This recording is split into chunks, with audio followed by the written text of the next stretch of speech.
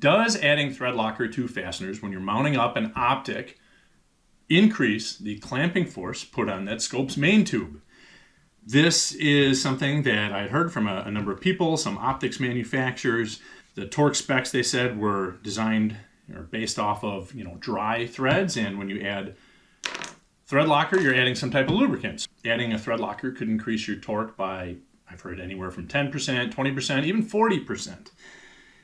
But when I started researching it, I couldn't find any evidence or any testing out there that actually showed that was the case. So I started looking into what it would take to test this. The actual gauge to buy that I found that I think would actually measure that pressure, that clamping force, it's well over $1,000. So I'm not going to be doing that. Maybe one of you out there has access to that type of equipment, or maybe one of these big companies that actually that stuff matters. But anyways, I thought I would do maybe a little unscientific test. So what we're going to do here is we have an optic that we are going to pop down here in the rings. And what we're going to do is we're going to clamp down all of the screws with a dry torque. These screws have been torqued down once or twice, a couple times before, I'd say at least. So if the threads have stretched at all, I tend to think that, again, unscientifically, they probably shouldn't be stretching a whole lot more. And we're gonna carefully mark the point of rotation for each of the screws. And then we're going to apply a couple different types of thread locker, and we're just gonna see if the screws actually rotate any farther, and if they do, how much. Again, not super scientific. I'm gonna do my best to try to torque things down, evenly. But we'll see what happens. I have no idea. So let's give it a shot. So what we have here is we have a torque wrench. We have, this is a Vortex Strike Eagle, so 34 millimeter main tube. And we have, again, the Vortex Precision machined rings, which are made by Seekins. They're aluminum. They're really high quality rings. So we are gonna see what happens here. And once we get these screws in, we're gonna make sure that they all stay in place. So we're gonna just sneak up on it. We're not gonna torque anything down hard to begin with, because that could give us, one screw that is off.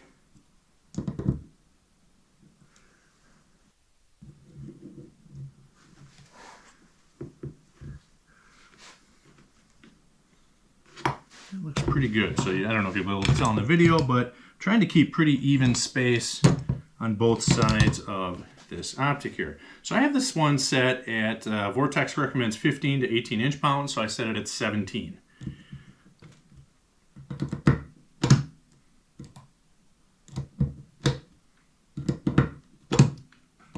Left rear. All right, so we've torqued them all down twice.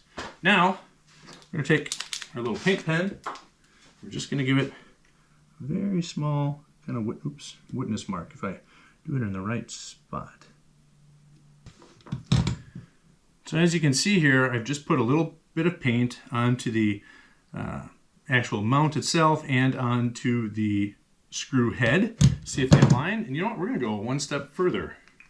We're going to measure the gaps on either side. That, I guess, just barely fits.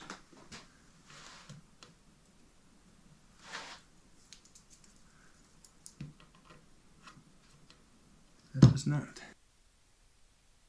We are also going to keep the screws all in the same place. So this is what we're going to do. We're going to put blue thread locker on the back ones. We're going to put the Vibrotite VC3 on the front ones. And all I'm going to do is I'm going to give it a good healthy dose, covering about one side of half of the threads. All right, so there's that. The Vibrotite is a little gummier.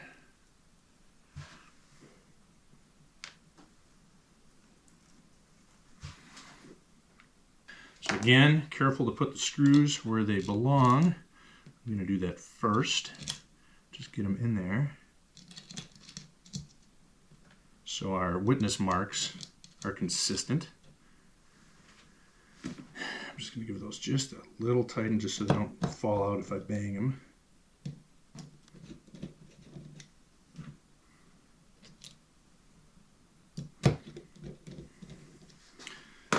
Okay, now we're going to try to replicate what we just did before. So keeping it nice and level on either side.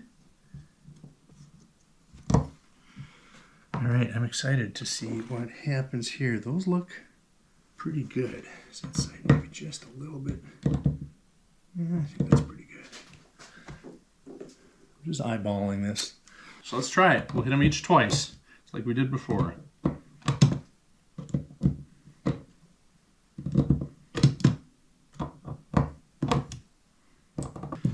Okay, so I don't know how well you're going to be able to see this. I mean, these two look, this one looks basically the same. This one definitely looks the same. This one absolutely looks the same. I mean, if anything, these are, I can't even say if they were moved or not. This one looks like it moved forward maybe a tenth of a revolution, if even that. Same with this one. And then these two are actually, they look a little behind. So I bet this gap's going to be a little more closed. That was the low gap before. That was a 0.53. This one was a 6.3. So let's see how this balances out. But when it actually comes to how far the screws rotated, did they over-rotate? Did they engage, much more threads? Absolutely not. There's my 6.3. Just fits.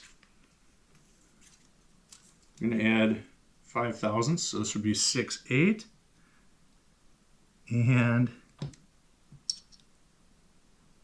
nope, it does not. So 6.3. That one stayed the same. Nope, really doesn't want to go in there. Yeah, so that one, 6.3. The rear rings stayed the same. Let's try the front. All right, this one closed up. So this one, let's see here. The left side on my side definitely opened up. 6.8 millimeters on the left side, the front facing me. And then what did I say? This one closed up, right? So the best we can call it is 0.50.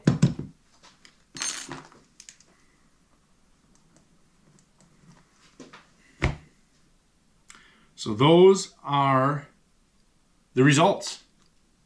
The witness marks, for all intents and purposes, stayed the same. I don't know if I can really tell if any of them moved or not.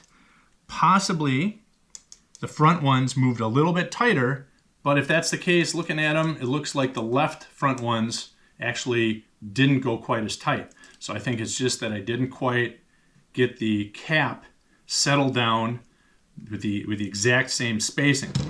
When we look at spacing here, the gap, rear gap on the right side of the optic with the feeler gauges measured 63 hundredths of a millimeter with the dry torque and 63 hundredths of a millimeter on the left side with the dry torque. We used the blue Loctite, the medium strength Loctite here on the back, torqued it down again, and everything stayed the same. The measurements again, within 5 hundredths is the smallest, thinnest feeler gauge I have, stayed exactly the same. So I don't think it's possible, if everything here stayed the same, that you're putting more clamping force on this optic. On the front, when we put the feeler gauges in at the beginning, this measured, the right front measured 53 hundredths, the left front measured 63 hundredths. When we put the Vibratite VC3 on here, torqued them down again, the right front measured 5/10 or 50 hundredths, so 3 hundredths less. And this side measured, it went from 0.63 to 0.68. 6/8 hundredths. If you compare the total gap size with the dry torque to after adding the VC3, it actually increased. The gap widened by 2 hundredths, which is within my margin of error because my smallest feeler gauge is only 5 hundredths thick. So for all intents and purposes, no change there either. Now, I'm not saying that there couldn't be an exception to this. Maybe, again, different rings, different optic, different screws. But I feel really confident throwing the flag on this one. I think the Threadlocker, based on what I'm seeing here, I was skeptical about it before, about it causing rings to be over torqued. I think it's kind of bull. So after I conducted my own little test here, I went and I did some more reading, and I was able to find some actual studies, some actual data talking about friction and clamping force and torque values. And I thought it was pretty interesting. I'm going to link that information below. One was from the Loctite user manual, which quotes another study which I also found independently, and a few other articles and things like that. I'll summarize it for you here right now. What we're looking for is we're looking for the clamping force, right? That's called the K factor. I talked about this a little bit earlier on in the video. Torque is a terrible way to get a consistent clamping force.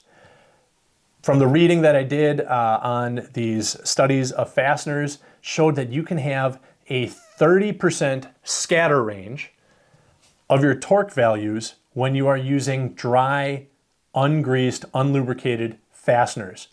Dry fasteners actually produce the widest range, the biggest inconsistencies when it came to torque values. Why? Because it's metal on metal contact. It's very inconsistent because there's burrs, there's rough edges, especially if you think if we magnify those threads, you're gonna see it's gonna look really, really rough. So the study showed Loctite 243, which is the blue medium strength Loctite, oil resistant, very commonly used specifically in this application. That scatter range reduced, I believe the study showed 12%. So using Threadlocker as a lubricant actually greatly increased the consistency of the torque that you were applying to your fasteners. Also read that if you put 100%, whatever that value is, force into torquing one of these fasteners down, you are only going to get about 15% of that force being applied to the K factor, to the clamping force. The reason being, most of that force, most of that energy is lost to friction.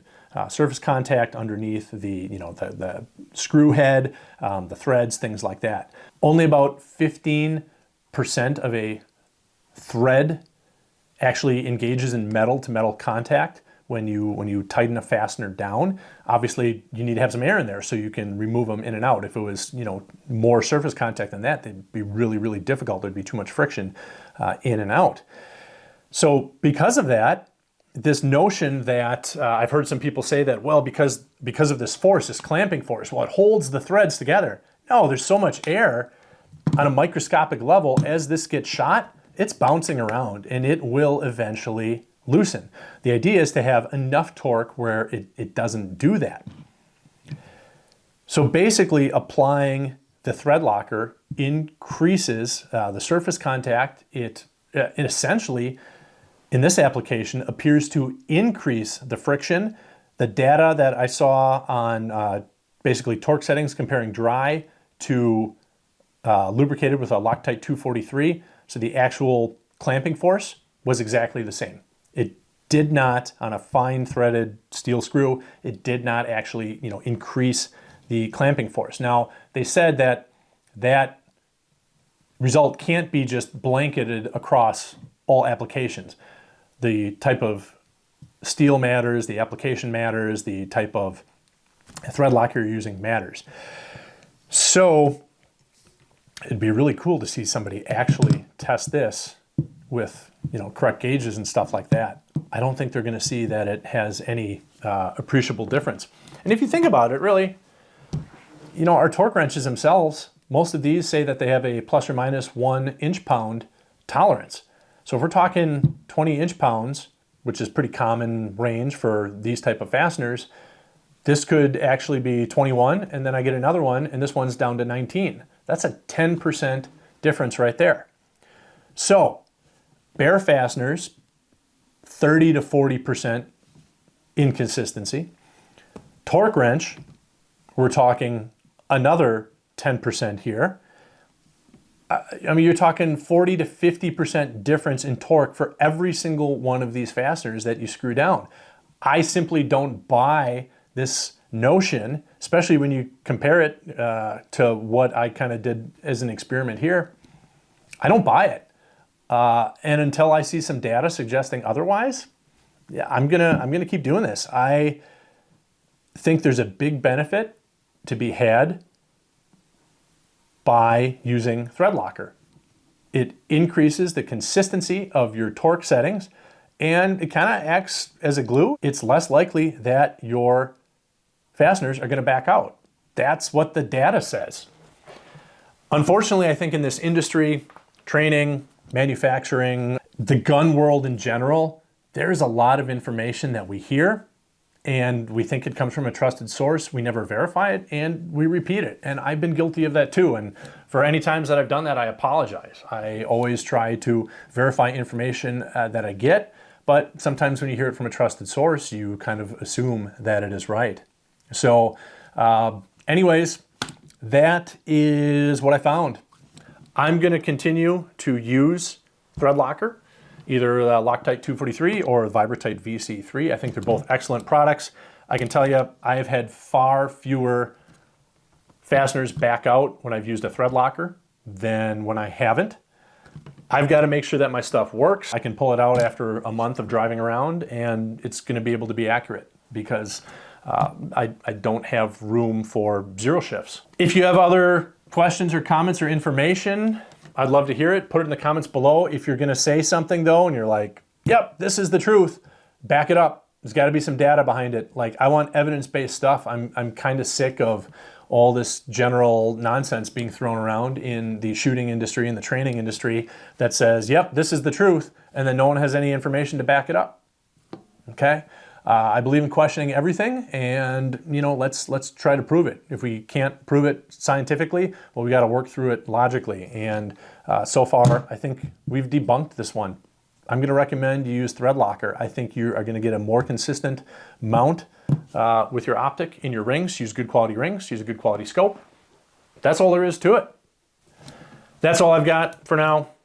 Thanks for listening. Hope you found it interesting. I'll see you later.